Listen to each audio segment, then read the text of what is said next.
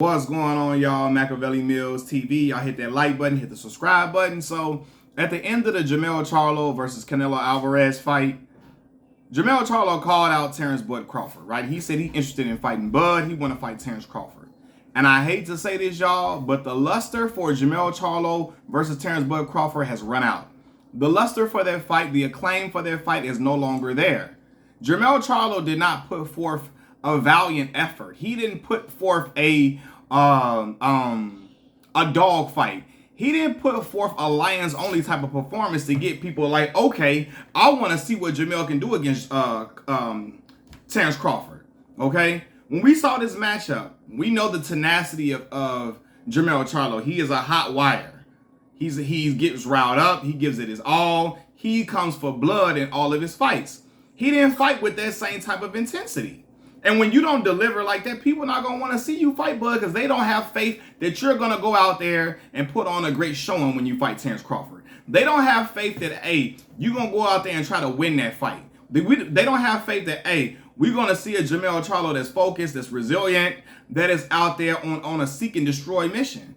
Because he wasn't out there like that with Canelo Alvarez. This fight, outside of Terrence Crawford versus Errol Spence, this fight was built up as a potential fight of the year type of fight. Charlo's accomplished beyond measure at 154, undisputed. Canelo's undisputed, right? It was his third title defense as an undisputed champion, right? And so we were expecting to see a guy, Jermell, lay it all out on the line, and he didn't do that.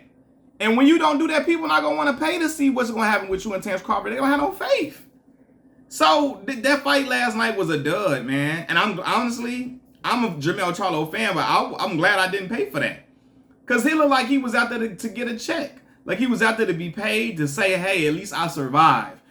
I, as a boxing fan, I hate when fighters go out there just to survive and say I made it all 12 rounds. Yes, you're coming up two weight classes, but if you're daring to be great, like Jermell Charlo claimed, that was the narrative. That's what he said after the fight, I was daring to be great.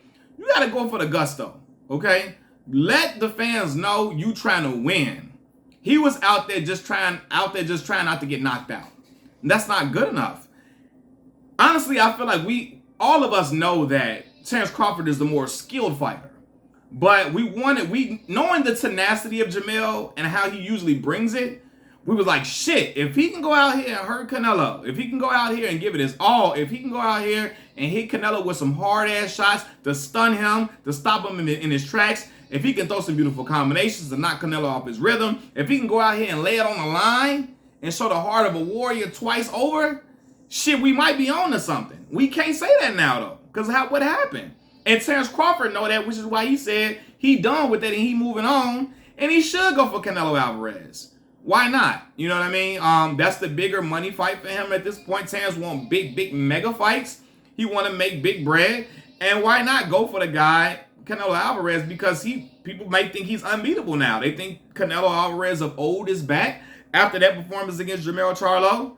If I'm Terrence Crawford, hell, I want to prove him wrong. He's taller than Canelo. Now, Canelo is much bigger than him. 47 to 68 is a big jump. Right, it's a big jump, but Terrence Crawford say he's willing to do that.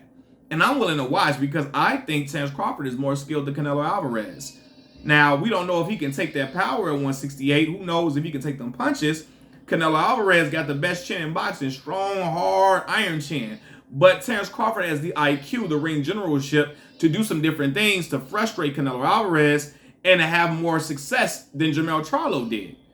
Right? And Terrence Crawford has a hell of a jab of his own, as he showed against Errol Spence. Same type of fight. Errol Spence was known as the guy with the master jab. Terrence Crawford was hitting him with a thunderous jab. That shit had pop on it. And so I'm interested to see how those dudes would lock horns and how that would look. But like Jermell Charlo, I would still watch Jermell versus Terrence Crawford. But the boxing fan, especially the casual that watch that, they're not going to be interested in seeing that. Because they're going to say, oh no, man. This dude went out here and he basically laid down for Canelo. He gave him too much respect. And if you're going to do that, you can't be out here giving Terrence Crawford a whole bunch of respect. He already don't respect Jermell. So Jermell can't be super respectful to Terrence. He got to go for blood. And yeah, man, so the luster and the clamor, the acclaim for that fight, I don't think is the same anymore for Jermell versus Bud. However, I think Canelo versus Bud, oh yeah, that's what the people would tune in for that. And some people would say, damn, the weight class, just because Terence Crawford is really that good. My uncle told me 2021, I believe 21 is when Terence Crawford stopped Sean Porter, became the first dude to stop Sean Porter. Now, it's controversy because Kenny Porter, Sean Porter's father, threw in the towel. Some people feel like, hey, let him go out on his shield, let him go out, and fight it out, whatever. But nonetheless, he stopped Sean. He stopped him, right?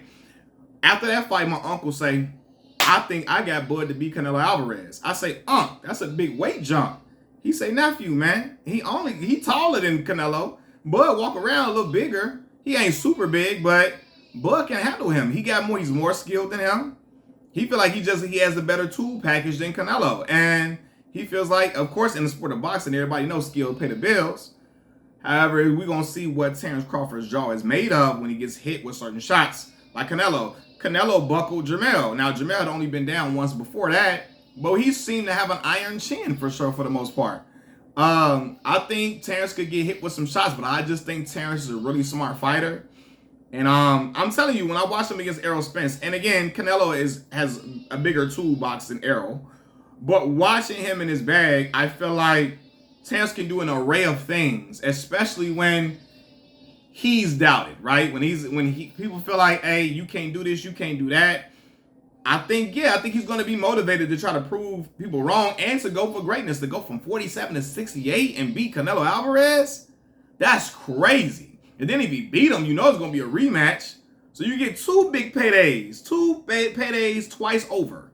You know what I mean? So, but I mean, he may honor the Errol Spence fight. I don't think he wants to do that. That's why he's setting that fight at 147, because he knows Errol Spence is struggling to make 147, and he hopes if he set it at 147, that Errol will be like, no, I don't want to do that. But Terence say he hasn't, and he's going to keep it at 147 until Errol Spence puts it in writing that he can no longer make that weight, which he said Errol Spence has not done. So we shall see. Maybe he get Errol Spence again. Then you try to go on to Canelo Alvarez. Y'all know Errol Spence my dog, but I don't really see the fight. I see Errol doing better, but I don't really see him beating Terence Crawford because the weight wasn't the issue, with the speed. Terence Crawford is just much faster than Errol. Errol is a bit too slow to really capitalize and go off and land the shots that he usually lands against other opponents. See, Errol can hurt a lot of other guys and get in and get out, but he can't do that with Terence, because when he lands one, Terence lands two or three. And so at that point, Errol is getting peppered with shots, even when he's landing significant shots of his own.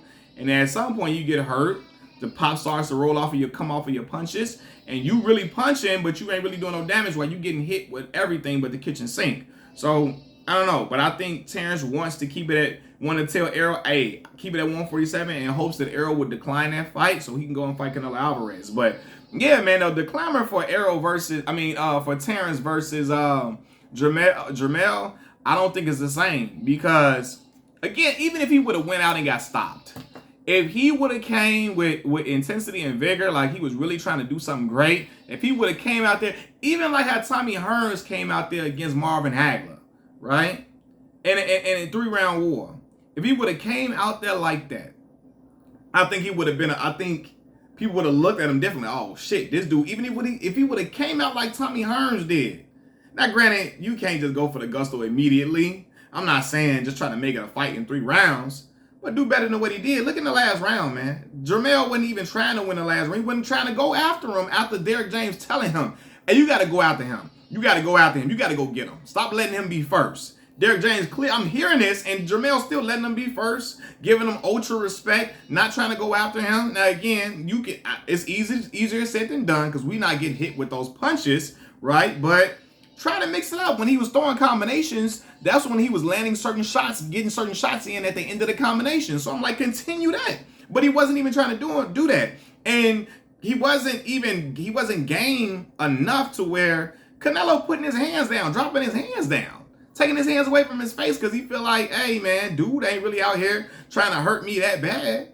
So, yeah, and when you in a big fight like that, and I always hate when the fighters I really enjoy watching, I really rock with, they get on prime time, like they the biggest fight of the night, And then casuals watched him and think Jermell Charlo ain't shit now because of the performance he put forth. Now I gotta explain why I be watching him fight, why I was really rooting for him. Now I gotta explain he really not trash, he really not garbage. I gotta explain that he an undisputed champion. I gotta show them highlights of what he did to other dudes because people just think he garbage now because of the effort he put forth. You know what I mean? And granted, it was people that was gonna call him garbage if he got knocked out anyway, right? But the real fans know, hey man, Jermell laid it on the line. He went out there trying to do damage to Canelo. You know, for real. It's like, yo, nah, man, you can't have that. You can't have that. You got to go. Shit, Danny Jacobs landed more significant shots than Jermell Charlo when he fought Canelo. You know what I mean? So I don't know, man. I expected better. I expected more, but Jermell was pleased with that. He talking about, hey man, I was daring to be great. Hey, he ain't knocked me out. He knocked all them other dudes out. I'm like, no, Jermell. That ain't the Lions only talk we want to hear. Talk like you do when you regularly fight dudes. But I knew something was wrong when he was being ultra respectful to Canelo. He wasn't a hot live wire. He's a person that needs to be fired up and have animosity within him to deliver those mega performances. And he was way too respectful to Canelo before the fight and in the ring. And being respectful before the fight was a precursor to what happened last night. I'm out.